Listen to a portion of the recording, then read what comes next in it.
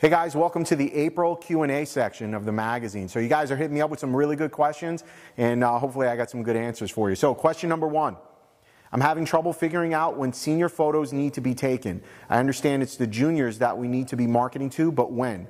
The summer before? Is it too late after they start their senior year? Yes. You want to start going after seniors right now, and I am working with class of 2014. By the time they get back to school in their senior year, it's too late. Yearbook deadline is typically in October. So all these kids are doing their senior portraits right here, right now. So we are starting to ramp up. If you're looking at our website, you're going to see a lot of senior pictures start coming up. And it's not seniors 2013 that graduate in May, it's seniors from next May. So I hope that makes sense. You've got to start marketing now and going after them now and getting in their head about photographing their senior pictures, yes, during their junior year. All right, I'm getting ready to have a preview with one of our ambassadors here in 2 days, so I think we're a little late on this question. How do I prepare them to pitch us? We already have 5x7 rep cards. Is there anything else? Yes, the best thing you can do if you're starting to work with your reps is to get them excited about the process. I don't have my reps going, hey, you want to work with Sal? It's $49.95, right? That's not what I'm looking for them to do. What I'm looking for them to do is talk about how exciting it was to work with us. They're selling the experience for us. Anything else, I want the parents coming to us, I want the seniors coming to us to ask questions. So don't turn your seniors into sales reps. Then it's all lost. You want them selling or talking about the experience. Do you have any recommended album builders or designers that maximize time and efficiency? How do you get your albums put together so fast? I outsource. There's not a chance in hell that I'm going to sit there and start designing albums for 4, 5, 6 hours a pop. I'd rather be shooting. You know, you start thinking about what does your average shoot yield per hour, okay? So if you have an hour session or a 2-hour session with a senior, how much are you going to make during that 2-hour session with a senior? And then you start thinking about what it would cost to outsource. You can outsource album design from $150 to $250, depending on the size, depending on the design, and a host of other factors. But I'm here to tell you, it makes more sense to outsource your albums than to be doing them yourselves. If it's slow, that's fine. Spend some time doing that so that you know how to do it. But ultimately, I'd rather see you spending your time and energy marketing your business. That's where it makes a little more sense. Please give us some tips on how to stay focused and motivated when things slow down and when you decide to change up your business model. Man, staying focused is the biggest challenge I have. This year alone, we started 3 to 5 new businesses. As many of you know, I'm on business probation, and there's a good reason for that, because as soon as I get bored, I start coming up with new business ideas. And even if you're a photographer and you're not quite as entrepreneurial as I am, staying focused is always a challenge. The prize for you has to be, right, the financial goals. That's what you have to be chasing.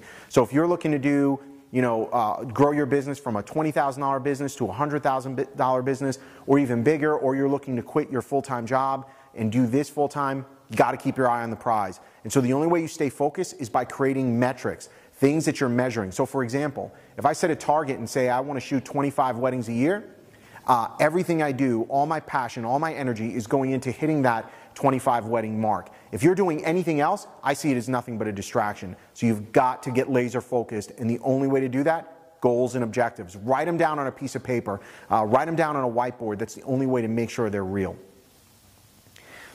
All right. What happened to Facebook? My page is suddenly silent since the first of the year. I was getting 35 to 65% fan interaction, now 0. I can't even reach them to ask that they engage more. I invested a lot into this, and now it seems for naught.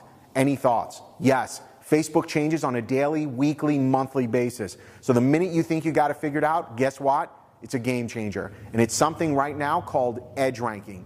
Takes way too much time in this one single video. Do some Google research, but you need to be looking up something called edge rank. What's happening now is if a client is liking your post, okay, it's actually going to be bad for you. You need them to interact. So if you're just, as photographers, we post a bunch of pictures, and that's typically going to get a bunch of likes, more so than it would get a bunch of people interacting, saying how beautiful it is, writing comments, things of that nature. What happens then is your edge rank starts slipping, and then the Google algorithm decides what it's going to show to your fan base based on previous interaction with you. And so it's very, very frustrating. We're going through the same thing right now, but you can't give up. You just got to keep innovating, keep learning, keep educating yourself. But again, the minute you think you got it figured out, Facebook is going to throw a curveball at you. I notice you outsource your images for editing. Do you do this for all images shown to a bride and groom?